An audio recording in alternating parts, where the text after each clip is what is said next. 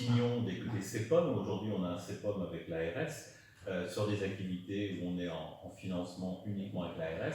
Aujourd'hui, c'est quelque chose qui est une nouveauté pour nous, puisque c'est un CEPOM en 3 parties, c'est-à-dire que parmi nos deux financeurs principaux, et notre association, puisqu'on a un certain nombre de services qui aujourd'hui aussi ont des financements croisés, des financements communs pour une partie, par exemple le SAMSA, c'est un exemple, où il y a une partie qui est de secteur médical, et c'est l'ARS, et une partie qui est du secteur social, c'est le département. Mais nous, c'est un seul service qui fonctionne, et tout l'intérêt, c'est de créer de la cohérence auprès des financeurs autour d'objectifs partagés à partir d'un diagnostic commun qui a été établi. Donc, aujourd'hui, sur 5 ans, on a des objectifs qu'on se détermine ensemble, on a une vision, et ça nous renvoie à nous aussi une responsabilité en tant que gestionnaire. C'est-à-dire qu'au bout des 5 ans, on doit être à l'équilibre, mais on a aussi, nous, des arbitrages et des choix à faire à l'intérieur de nos budgets, et vous nous laissez cette liberté-là. Et grâce à cette liberté-là, c'est comme ça qu'on fait également de la créativité et qu'on imagine des solutions et qu'on est capable aussi de gérer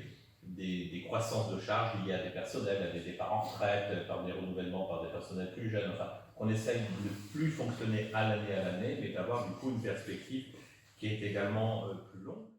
Peut-être rappeler que ce sont plus de 4500 Vendéens en situation de handicap qui sont donc soutenus par le département, que ce soit donc à travers des prestations pour les accompagner dans leur vie quotidienne, mais également par rapport à tout ce qui concerne l'hébergement, puisque le département donc, compte plus de 2000 places d'hébergement pour ces personnes donc, en situation de handicap. Et puis rappeler aussi sans doute l'importance de ces formes tripartites.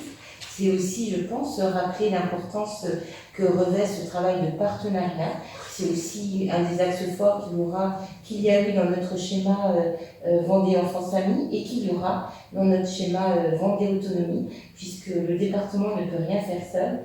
Et de pouvoir avoir donc aujourd'hui ces partenaires, que ce soit l'ARS et le milieu associatif Charloïc, c'est aussi quelque chose de fort. Donc, c'est aussi une forme de relation novatrice, monsieur le président, messieurs les présidents, parce que ça a été dit, hein, nous sommes assez fermes sur les objectifs.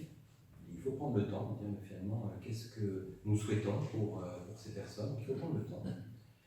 Assez exigeant sur les résultats, parce qu'il y va de la responsabilité de tout un chacun de s'assurer que les personnes puissent exprimer leur libre choix et vivre dans les meilleures conditions possibles, mais une certaine souplesse dans le fonctionnement, parce que nous n'avons pas à nous immiscer au quotidien dans ce qui fait la richesse de votre gestion, monsieur le directeur général et monsieur le président de l'association, et avoir confiance aussi dans la façon dont les choses se passent et se déroulent. Alors c'est vrai que votre association est importante, elle gère beaucoup d'établissements, vous l'avez compris, hein, pour les plus jeunes jusqu'aux plus âgés. Il y a, et pour nous c'est extrêmement important, une attention toute particulière pour des enfants touchés par des troubles du spectre autistique. Il faut le dire, hein, c'est pratiquement le premier service de soins à domicile pour enfants dédié à l'autisme en France, créé en 2018, c'est important de le souligner. C'est l'attention aujourd'hui portée à des réponses qui seront plus inclusives.